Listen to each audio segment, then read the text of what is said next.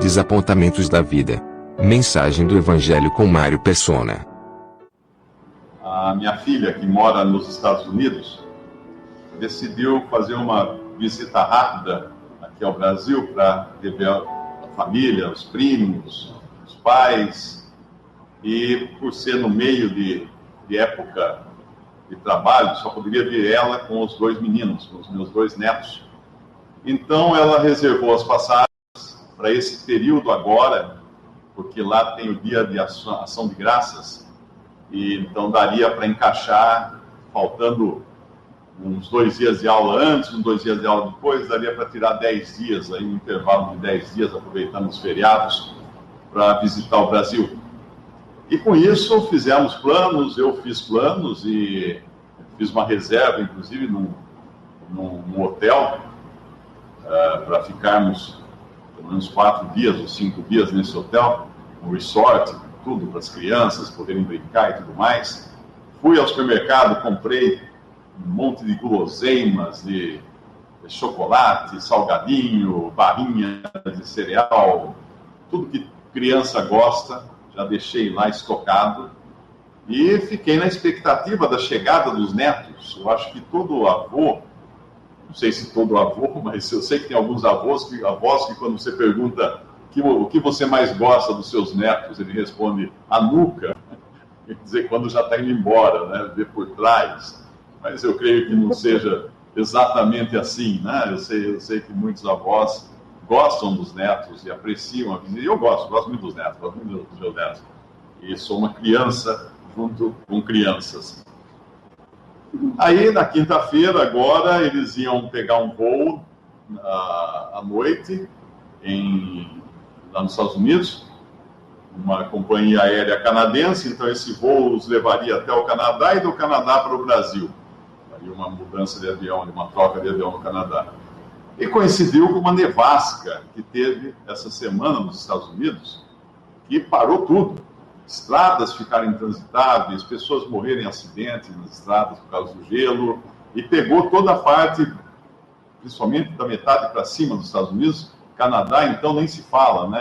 A onda de frio invadiu todo aquele norte. E o que aconteceu? Minha filha ficou com os 2 filhos no aeroporto durante 5 horas, tentando embarcar no voo que não veio, que nunca chegou. E aí, mesmo que chegasse, não daria mais para pegar a conexão no Canadá, para vir para o Brasil.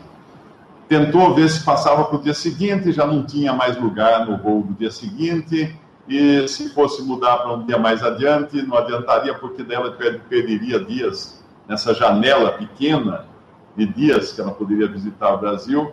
E o que ela fez, a empresa aérea falou que devolveria o dinheiro da passagem, então ela cancelou a vinda ao Brasil. E do lado de cá ficou um avô extremamente frustrado, desapontado, com todas as suas energias que estavam colocadas nessa visita dos netos. De repente, não tinha, ficou um vazio, não é? Fica um desapontamento muito grande.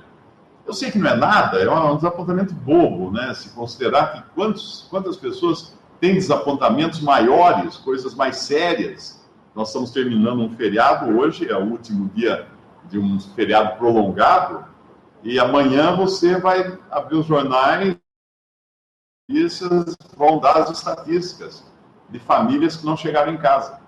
Ou chegaram em casa, mas não inteiras, porque vão perder alguns entes da família, alguns filhos, pais, avós, netos, em acidentes automobilísticos. Isso é uma regra em todo feriado prolongado, tem lá as estatísticas de quantas pessoas morreram nas estradas em todo o país, e no mundo é assim, não é só aqui não, em todo o mundo é assim. Então, frustrações, muita gente vai dormir frustrada hoje, muita gente vai dormir desapontada por causa de coisas muito mais sérias do que o meu desapontamento.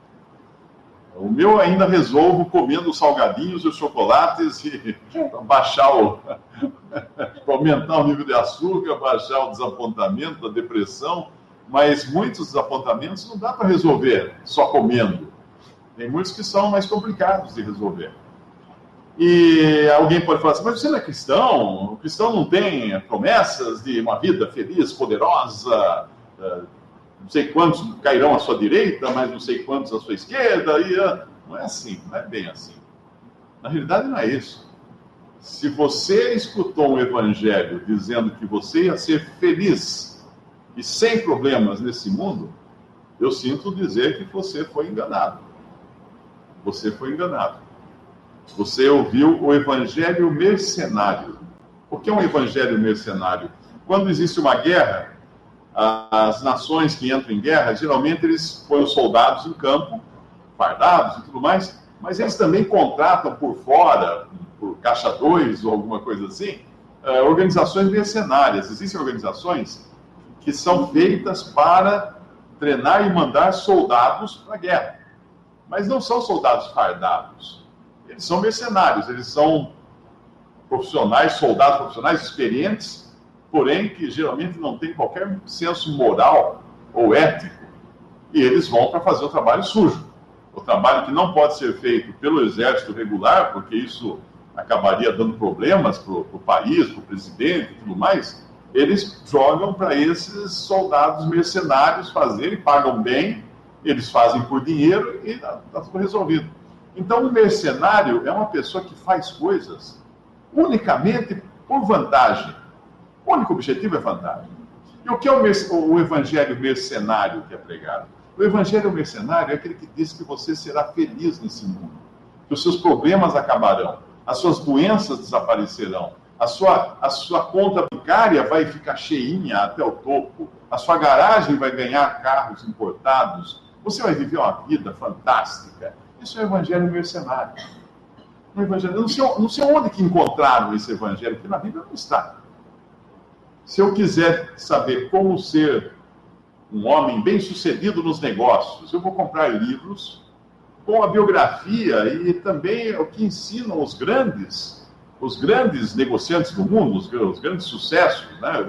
Eu quero ser um empreendedor de sucesso, inovador, eu vou ler a vida de Steve Jobs, porque ele foi inovador, um cara muito inovador na sua área de atuação, ou vou ler a vida de Bill Gates, ou vou ler a vida de Jeff Bezos, que é da Amazon, criou a Amazon, ou vou ler agora esse que é o último aí, é o xodó agora dos novos gênios, novos meninos prodígios, que tem o dono daquela SpaceX, que manda satélite para o espaço e faz o foguete que levou até lá, tipo um Uber, né? Leva lá, solta lá e volta de marcha ré e pousa na Terra.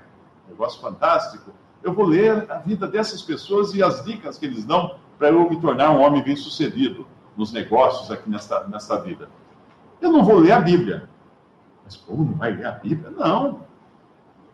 Não vou ler os evangelhos. Mas por que o evangelho que dá tanto? Não.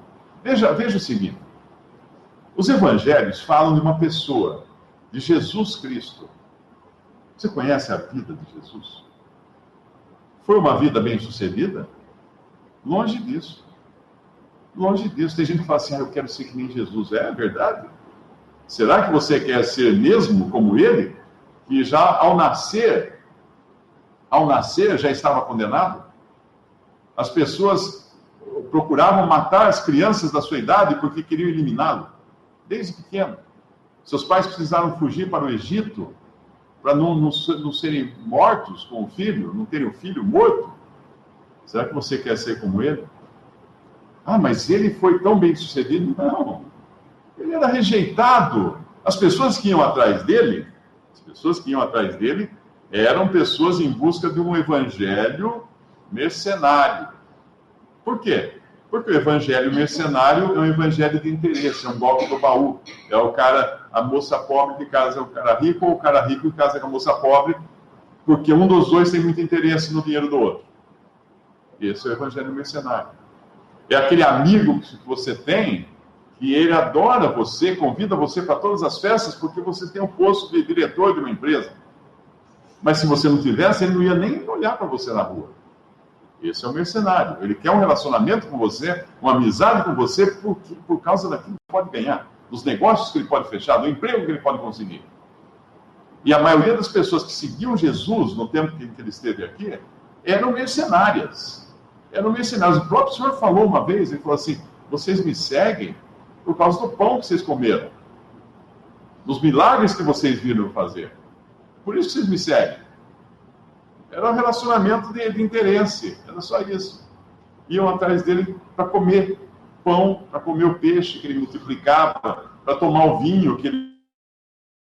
Pessoas com interesse nas coisas nos benefícios que ele podia trazer aqui, nesta vida. E como foi a vida de Jesus aqui na Terra? Ele chegou no final, ganhou o prêmio Nobel. Não, ele foi pregado numa cruz. Ele foi condenado como se fosse um bandido, um malfeitor, um facínora, pregado entre dois ladrões. Esse foi o fim da vida dele. Mas ele deixou pelo menos um legado. Que legado? Que legado ele deixou? 12 discípulos lá, um deles o traiu, e na hora do vamos ver, todos fugiram. Todos fugiram. Nenhum ficou perto dele. Nenhum. Essa é a vida desse homem. Então eu vou, deixa eu ver, seguir a vida dos discípulos dele. De Paulo, João, Pedro, Tiago.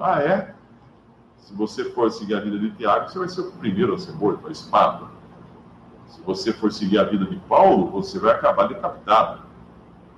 Se for seguir a vida de Pedro, segundo a tradição, Pedro acabou crucificado de cabeça para baixo. Ele teria se negado a ser crucificado como o Senhor foi crucificado. Essa é a vida deles. Mas isso nenhum, só sobra João. Então João, a vida de João, quero seguir a vida de João, morreu velho, preso, numa prisão, numa ilha de Patmos. Essa foi a vida de João. Então veja, entenda o seguinte, que não existe sucesso nesta vida para aqueles que querem seguir a Cristo. É um desapontamento só, se você quiser fazer isso. Então, outro dia eu passei em frente a uma igrejinha pentecostal, aí, em algum lugar, tinha uma placa na porta. Pare de sofrer. Pare de sofrer? Como assim pare de sofrer? A vida é um sofrimento. Começa chorando. Nós entramos nessa vida como? Entramos chorando, levando palmada. A primeira experiência nossa já foi traumática. Terminamos a vida aqui quando morremos. Quem já viu uma pessoa morrendo, uma pessoa tendo os últimos estertores de vida, sabe como é horrível, a pessoa caçando ar e não consegue. Essa é a vida aqui. Poxa, você veio aqui hoje, eu pensei que fosse escutar alguma coisa que me desse esperança, que me desse alguma luz no fim do túnel, você só está falando do túnel. Porque esse é o túnel. A vida aqui é um túnel, não se iluda. E se você vai atrás desses pastores, desses pregadores que vão dizer a você que você vai ter muito dinheiro, muita prosperidade, muita felicidade, muita alegria, sorte no amor e tudo isso, eles estão enganando você, estão vendendo para você. Sabe a diferença de uma pessoa que vai aconselhar você? Ela pode falar assim, olha, vai ser um tempo difícil, isso vai passar e tal. Mas uma pessoa que vai vender alguma coisa para você, ela sempre vai pintar o quadro cor-de-rosa. Não, no nosso produto, este celular aqui resolverá todos os seus problemas. Você vai poder ter um celular fantástico e tal. Não, mas esse liquidificador vai moer tudo, vai fazer seu suco, você vai perder 300 quilos na primeira semana com seus sucos verdes. Tudo isso. Querem vender alguma coisa para você, porque estão interessados no seu dinheiro. Por isso oferece o melhor dos mundos. É isso que oferece os pregadores mercenários, para criarem pessoas mercenárias que buscam a Cristo por razões mercenárias. Ou seja, de olho num relacionamento de vantagens. Se eu der R$1.000 na oferta, ele me dá 10 mil, então? Aí o pastor fala, dá até mais, dá mais. Aí você dá os R$1.000 para ganhar os 10 mil. Porque é um relacionamento mercenário. Então não se iluda. Essa vida é feita de desapontamentos. O meu é pequenininho, dos meus netos não chegarem para as minhas pequenas férias aqui. Esse é um desapontamento pequeno. Mas amanhã terão pessoas chorando, entes queridos que se perderam aí hoje em acidentes. Desapontamentos tremendos que as pessoas têm. Porque essa é a vida, é assim. Esse mundo não é o céu. Esse mundo não é o paraíso. Esse mundo é um lugar de dor, de aflição. O Senhor Jesus mesmo falou aos seus discípulos, ele nunca deu aos discípulos uma perspectiva de vida feliz aqui, nunca. Ele falava, neste mundo tereis tribulações. Tereis, se perseguiram o mestre, vão perseguir vocês também. Não se iludam, vai ser difícil. Isso ele falou para os seus discípulos. Eu não sei como é que tem alguns pregadores que falam o contrário. Não. É claro que o cristão ele tem forças para suportar essas coisas. Ele tem de Deus, vem forças para enfrentar as decepções, os desapontamentos da vida. Mas a vida vai continuar sendo decepcionante em todos os seus aspectos. Não perca de vista isso. Existe um homem chamado, eu creio que era Jaed, se não me engano. Era Etã. Etã era um dos salmistas. Alguns salmos que você encontra na Bíblia são de Etã. E ele escreveu o Salmo 88. Ele era um dos cantores mor do templo de Jerusalém. Então era um homem, um poeta, que escrevia os salmos. E quando nós lemos esse Salmo 88, fica muito claro que isso aqui não é a vida de Etã. Ele escreve na primeira pessoa, mas basta ler para ver que não é a vida dele. Ele fala assim: Senhor Deus da minha salvação, diante de ti tenho clamado de dia e de noite. Chega a minha oração perante a tua face, inclina os teus ouvidos ao meu clamor. Porque a minha alma está cheia de angústia, a minha vida se aproxima da sepultura. Já estou contado com os que descem a cova. Estou como um homem sem forças, posto entre os mortos, como os feridos de morte que jazem na sepultura, dos quais te não lembras mais. Antes os exclui a tua mão. Puseste-me no mais profundo do abismo, em trevas e nas profundezas. Sobre mim pesa a tua cólera. Tu me abateste com todas as tuas ondas. Alongaste de mim os meus conhecidos e fizeste-me em extremo abominável para com eles. Estou fechado, não posso sair. A minha vista desmaia por causa da aflição. Senhor, tenho clamado a ti todo dia. Tenho estendido para ti as minhas mãos. Quem é esse? Jesus. Esse salmo é profético. Ele fala de Jesus. O homem de dores, que sabia o que era sofrer, como fala Isaías 53. O homem de dores, que sabia o que era sofrimento. Sabia o que era viver nesse mundo como um homem íntegro, um homem puro, um homem sem pecado. Agora imagina nós, que nascemos pecadores, herdeiros do pecado de Adão e Eva. Se aquele que era o único justo que já pisou neste mundo, clamava dessa maneira a Deus, por libertação, por estar no fundo do poço, o que serve, o que sobra para nós? Né? Aquele ser perfeito, experimentava aflições tão grandes nesse mundo. O que acha que nós, meros mortais, pecadores, podemos esperar dessa vida aqui? Nada melhor. Nada melhor. Mas ele estava ali indo, sim, morrer. E esse salmo descreve a sua agonia diante da morte.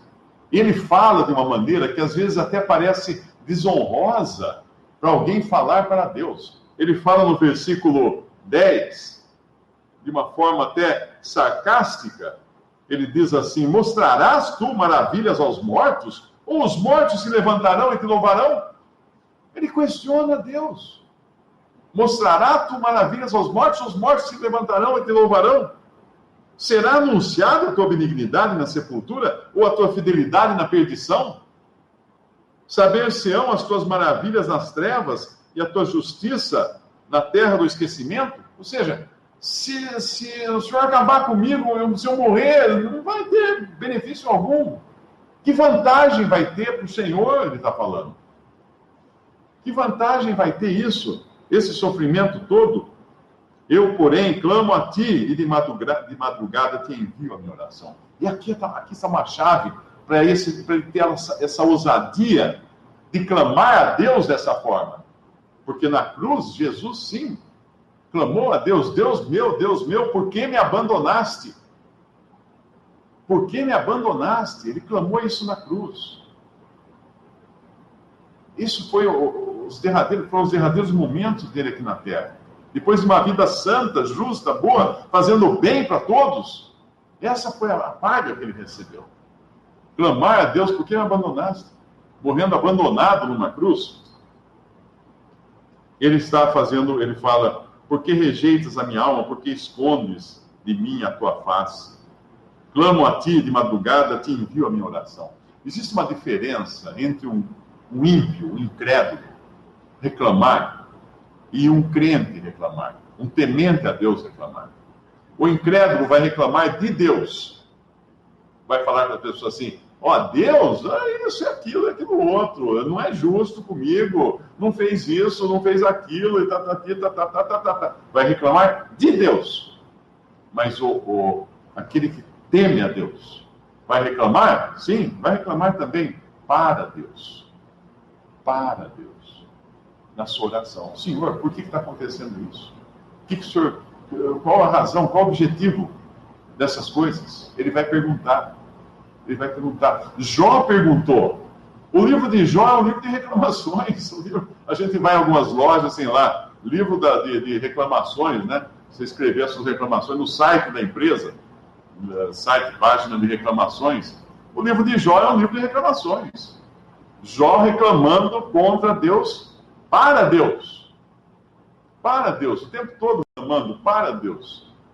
Por que estava acontecendo tudo aquilo com ele?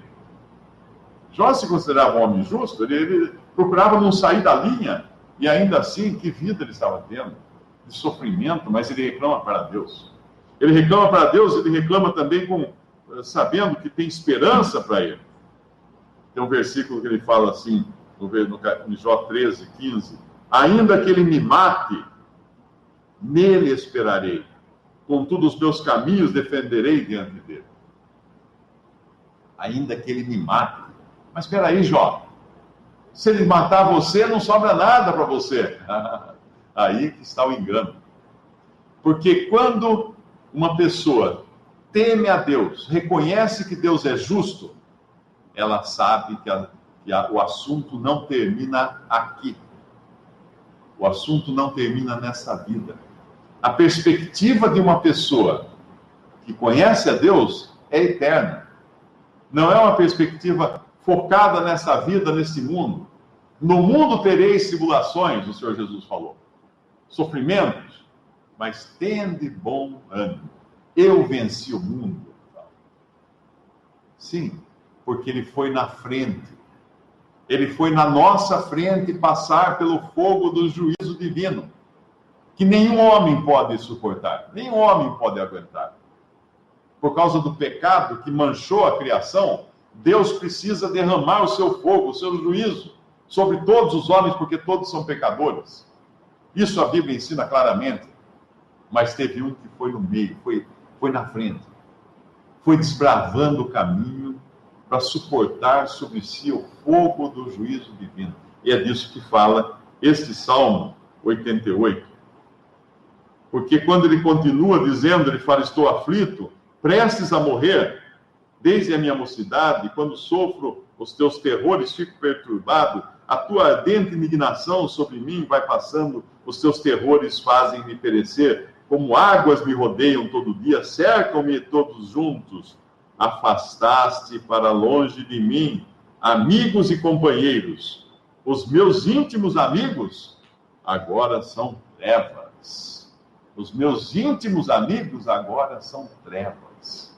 Geralmente os salmos terminam com uma mensagem de esperança, de salvação, eles têm essa tônica, né? Os salmos mostram uma série de aflições, mas terminam Deus mostrando que, peraí, vai dar tudo certo no final, mas esse termina com terror, porque esse é o salmo de Jesus, e a vida dele terminou aqui em trevas.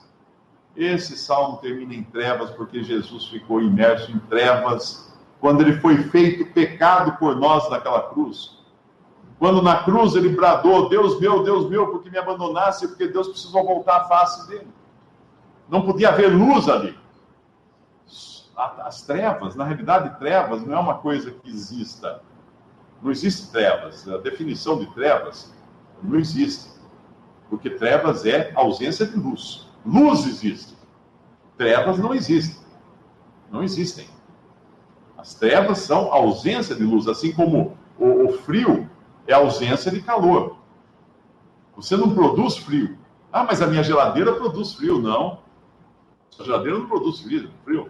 O gás que circula dentro daqueles caninhos dentro da sua geladeira extrai o calor lá de dentro e jogam para fora. Por isso que lá atrás da geladeira está quente. Aquele é o calor que estava dentro da sua geladeira, que aquele sistema baseado em gás, em trocas, dentro daquele contexto fechado ali, tirou o calor lá de dentro. Mas ninguém produz frio. Só aqueles super-heróis que apontam o dedo e congela tudo. Aquele lá é diferente. Mas nós estamos falando do mundo real. Ninguém produz frio. Ninguém produz trevas. Quando tira a luz, sobra aquilo que é esse mundo sem a luz de Deus. Esse mundo estava imerso em trevas quando Deus veio e falou: faça-se a luz. Ou haja luz. Apareça a luz. Ele não criou a luz. A luz sempre existiu. Apareça a luz. E assim, a senda de Jesus nesse mundo terminou em trevas. Terminou sem amigos. Todos me abandonaram. Afastar-se para longe de mim, amigos e companheiros. Os meus íntimos amigos agora são trevas. Aquele que comia pão comigo levantou contra mim o seu calcanhar. Ele fala numa outra passagem profética. Esse foi o fim de Jesus aqui. Por quê? Porque ele tinha que passar por isso para sofrer no lugar dos pecadores. Para sofrer no meu lugar, no seu lugar. Para sofrer de maneira que nós pudéssemos ter a salvação eterna. Esse Jesus veio a este mundo para sofrer, para pagar os nossos pecados. É para isso que ele veio. E nós hoje temos a solução, não para essa vida aqui apenas, mas para a eternidade. Para a vida eterna. Nós temos a solução para sempre. Porque quando uma pessoa que reconhece que Cristo foi à cruz, pagar por todos os nossos pecados, e crê nele como Salvador, recebe o perdão dos seus pecados, recebe a salvação eterna. Esse é o convite do Evangelho. Essa é a mensagem do Evangelho. Uma mensagem de perdão. Que Deus quer perdoar o pecador. Deus quer perdoar o pecador, dando a ele vida eterna, dando a ele salvação eterna. Quando Jó diz que ainda que ele me mate, nele esperarei, com todos os meus caminhos defenderei diante dele, ele diz uma outra passagem assim: eu mesmo o contemplarei, os meus olhos o verão, e não os olhos de outros, os meus rins se consomem dentro de mim. Ele sabia que ele iria ressuscitar. Ainda que Jó morresse aqui, ele sabia que havia uma ressurreição. Ele sabia que Deus iria ressuscitá-lo, que ele poderia voltar a esse mundo, ou a vida, não a esse mundo, mas voltar à vida, agora como uma pessoa ressurreta, uma pessoa salva, uma pessoa caminhando agora numa vida nova. Ele já sabia disso. Mas quando nós falamos agora do cristão que é perdoado dos seus pecados, se você crê em Jesus como seu Salvador, você recebe a salvação eterna, você recebe o perdão dos seus pecados. Agora, eu tinha falado que, normalmente, as religiões oferecem soluções para esta vida, né? Mas o Evangelho, ele oferece a solução para a eternidade, não é para essa vida apenas, para a eternidade. Porque toda pessoa nasce com uma dúvida muito grande na cabeça, que é: de onde eu vim? O que eu estou fazendo aqui? Para onde eu vou? Qual a razão da minha existência? Todas as pessoas têm essa dúvida na cabeça. Qual a razão da minha existência? Então, qual a razão de Cristo salvar uma pessoa? Se você está ouvindo o Evangelho agora, saiba que o desejo de Deus é perdoar os seus pecados, é dar você a limpá-lo, é dar a você a vida eterna. Lá no capítulo, no livro de Efésios, na carta de Paulo aos Efésios, no capítulo 1, No versículo 11, tem uma passagem muito interessante, porque aqueles que leem a Bíblia sabem que Jesus, como Salvador, somos feitos herdeiros de Deus e co-herdeiros com Cristo. Sempre nós vamos repetir isso, que uma pessoa que creu em Jesus como Salvador é tornada nova criatura, nova criação, e ela agora é participante de todas as bênçãos espirituais guardadas no lugar celestiais em Cristo Jesus. Ela é co-herdeira de tudo com Cristo. Tudo que pertence a Cristo, pertence também aos que são seus, aos que Ele salvou. Mas tem uma passagem aqui em Efésios 1, versículo 11, que diz assim: nele, em Cristo, digo, em quem também fomos feitos herança, havendo sido predestinados conforme o propósito daquele que faz todas as coisas, conselho da sua vontade, com o fim de sermos para louvor da sua glória, nós os que primeiro esperamos em Cristo. Aqui fala diferente. Aqui não diz apenas que somos herdeiros, ou co-herdeiros com Cristo, como fala em outra passagem, nessa mesma carta de Efésios. Mas aqui diz que somos herança. É diferente você ser um herdeiro e você ser a própria herança.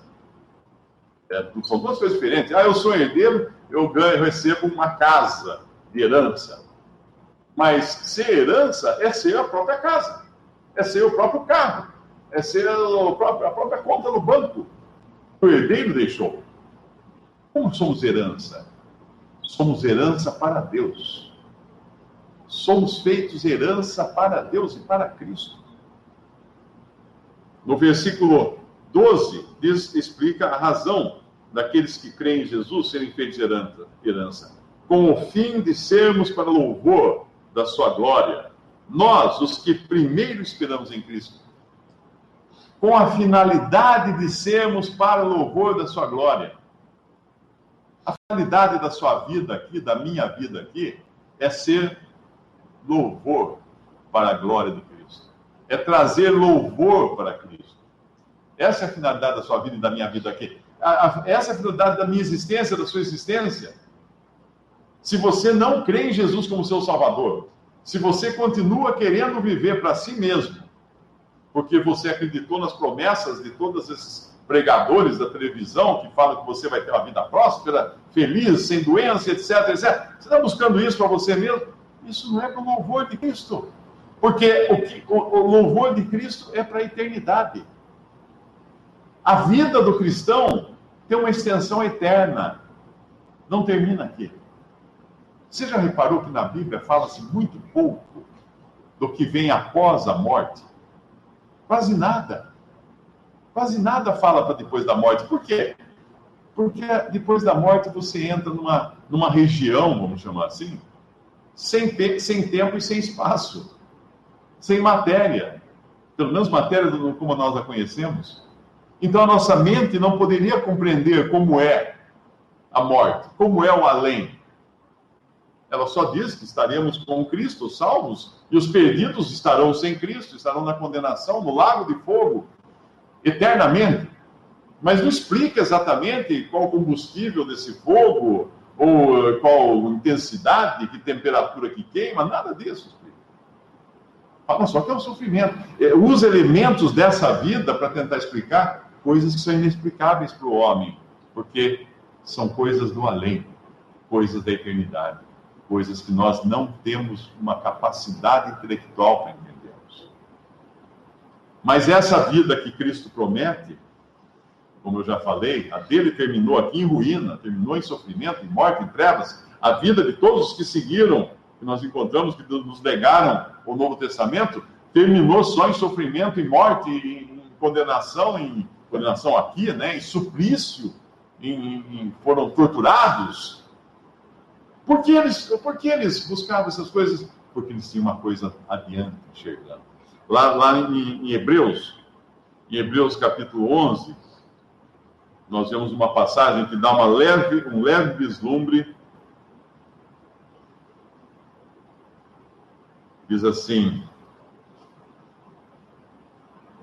outros experimentaram, Hebreus 11, 36, outros experimentaram escárnios e açoites, e até carões, foram apedrejados, cerrados, tentados, mortos a fio de espada, andaram vestidos de peles de ovelhas e de cabras, desamparados, aflitos, maltratados, homens dos quais o mundo não era digno, errantes pelos desertos e montes e pelas covas e cavernas da terra, e todos esses, tendo tido testemunho pela fé, não alcançaram a promessa, provendo Deus alguma coisa melhor a nosso respeito, para que eles sem nós não fossem aperfeiçoados.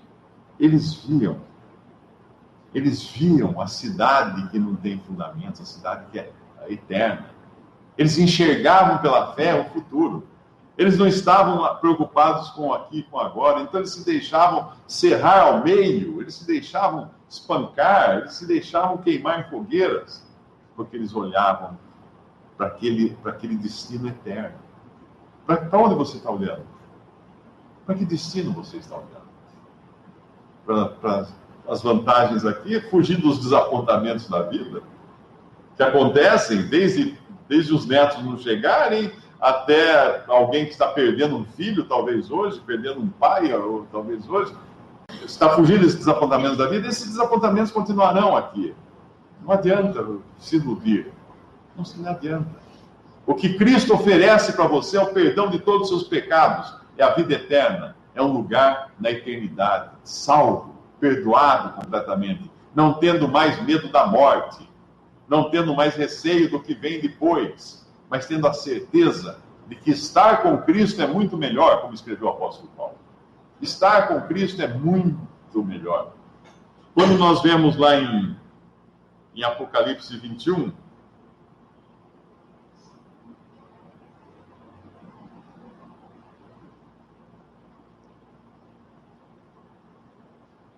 e vi um novo céu, uma nova terra, porque já o primeiro céu e a primeira terra passaram, e o mar já não existe. Isso aqui é a eternidade.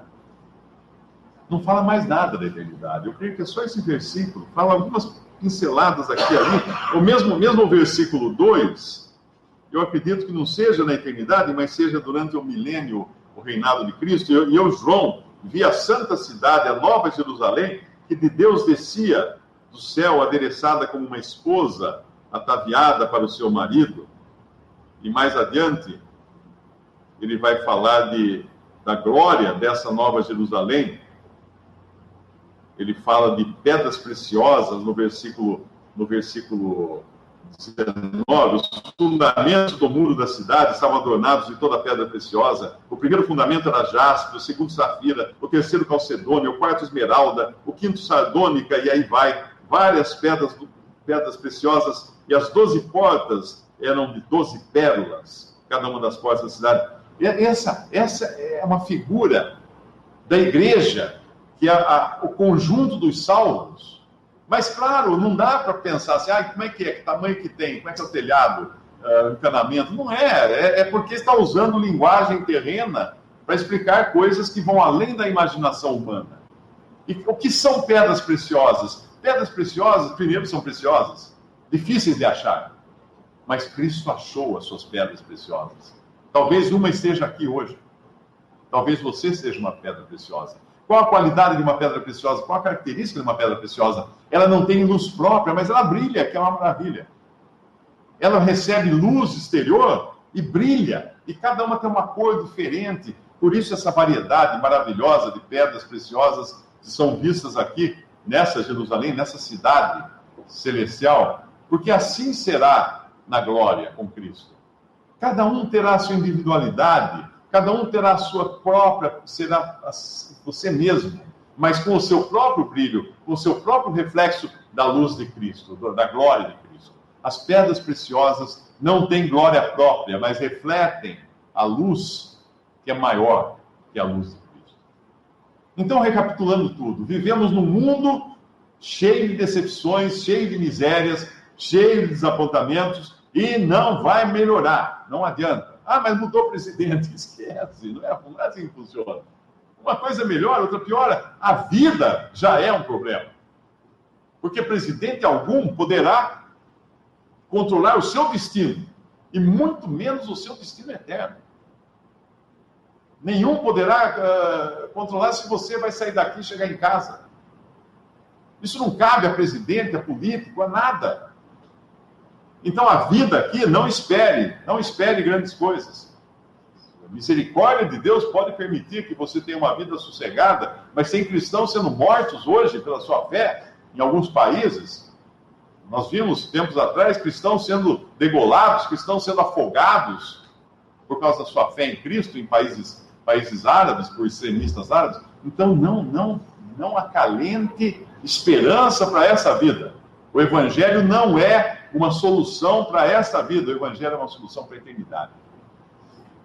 E tendo isso em vista, como que eu chego lá? Pela fé em Jesus, porque ele foi na frente. E ele atravessou fogo no nosso lugar. Ele recebeu o juízo de Deus. Ele ficou em trevas na cruz para que nós não precisemos passar por trevas eternas no lago de fogo.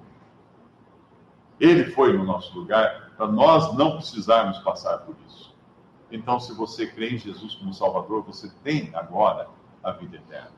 Não para pensar agora, não vai, você vai sair daqui com o dinheiro no banco, não vai mudar nada. A sua saúde não vai mudar, não vai melhorar por causa do você ouvir essa pregação, vou sair daqui curado. Não é isso. Deus quer curar você para a eternidade, dos seus pecados. Essa é a mensagem do Evangelho. Caso contrário, você iria a Cristo para quê? Para receber vantagens, mercenário. Porque se ele fechar a torneira, o que você faz? Porque comesse do pão, o Senhor Jesus cobrou de alguns que o seguiam. Vocês me seguem porque creram, porque comeram do pão. Mercenários. Mas o destino e a esperança do cristão está na eternidade. Quando eu e você, que crê em Jesus como seu Salvador, seremos pedras preciosas. Quem serei eu? Talvez uma esmeralda, uma calcedônia, uma safira, uma jaspe? Quem será você? Um diamante ou qualquer outra pedra preciosa? Falando figuradamente, né? Por quê? Estaremos refletindo a glória de Cristo. Ele será feito admirável nos que creem naquele dia. Tem uma passagem que fala assim: naquele dia ele será feito admirável nos que creem. Nos que creem. As pessoas olharão para os que creem e admirarão. Os anjos olharão para os que creem e admirarão a Cristo. Ele será admirado nos que creem. Por isso que lá em Efésios, capítulo 1 de Efésios, nos é dito que a finalidade, não é? O qual, com o fim, Efésios 1, 11, nele digo em quem também fomos feitos herança, somos a herança agora, para Deus e para Cristo, essa herança preciosa, esse enorme baú de pedras preciosas, somos feitos herança, havendo sido predestinados conforme o propósito daquele que faz todas as coisas segundo o conselho da sua vontade, com o fim, com a finalidade, com o objetivo de sermos para o louvor da sua glória. Nós, os que primeiro esperamos em Cristo. Você busca ser, a sua finalidade da sua vida é ser louvor da glória de Cristo? Essa é a finalidade da sua vida? Então você está no caminho certo. Eu sei que o primeiro passo que qualquer ser humano dá em direção a Cristo é um passo egoísta, é um passo mercenário. Apareceu um problema, eu corro para Deus. Não é assim? É assim. Tudo bem, até aí tudo bem. Não tem entendimento ainda das coisas. Corra mesmo para Deus. Ele está de braço aberto. Vinde a mim, todos vós que estáis cansados e sobrecarregados, e eu vos aliviarei. Ele prometeu isso. Mas uma vez que você entende o que é realmente o Evangelho, você não irá querer continuar nessa relação, nesse relacionamento mercenário. Do que eu vou a Cristo se Ele me der umas vantagens, senão eu não vou mais. Então você não conheceu realmente quem Ele é. Você vai aprender a amá-lo quando você crê realmente em Jesus. Ele vai ser o seu tudo. Ainda que as coisas aqui deem tudo errado, ainda que Ele me mate, como Jó falou, nele esperarei. Nele esperarei. Mas espera aí, se ele matar, a pior coisa que acontece mas aqui só. É só aqui. Paulo fala, para mim o morrer viver é Cristo, morrer é lucro. Lucro. Percebe? Isso é evangelho. Isso é evangelho de verdade. Não a baboseira que estão pregando por aí nos canais de televisão, do tipo, fique rico, fique feliz, fique curado de todas as doenças. Não, aquilo não é evangelho, aquilo é engano. Enganação. Creia no verdadeiro evangelho, creia em Jesus como Salvador. Ele pode realmente salvar. Salvar não dos seus problemas aqui, também pode, pela sua misericórdia, mas não é isso que você deve esperar. E sim, com o fim de sermos para o louvor da sua glória. Peça a Ele que você quer ser uma pedra preciosa para o louvor da glória de Cristo. Peça a Ele, e Ele realmente irá salvar você, porque Ele está muito interessado em pedras preciosas, para compor o seu grande tesouro de salvos, porque Ele pagou o preço, o seu sangue derramado na cruz, para salvar pecadores, como eu, como você. Vamos orar? Nosso Deus e nosso Pai, nós damos graças pela Tua palavra que lemos aqui nessa noite, Pai. Pedimos, Pai, que Tu possas tocar os corações daqueles que ainda não têm a certeza da salvação eterna. Daqueles que estão sendo enganados por um falso evangelho, Pai. De promessas vãs, promessas vazias de felicidade nesta vida. Tu possas tocar esses corações, Pai, para que busquem a Cristo pelo que Ele é, e não pelas coisas que Ele possa oferecer. Busquem a Cristo como o abençoador, e não as bênçãos que Ele pode dar. Busquem a Cristo como o Salvador, para ter salvação eterna, para ter perdão de pecados. Pai, depositamos nas Tuas mãos tudo isso, confiando que Tu podes tocar realmente mentes e corações, e fazer com que pessoas sejam salvas nessa noite. Nós pedimos em nome de nosso Senhor e Salvador Jesus. Amém. Visite 3minutos.net. Dúvidas? Visite respondi.com.br. Adquira os livros ou baixe o e-book. Também para Android e iPhone.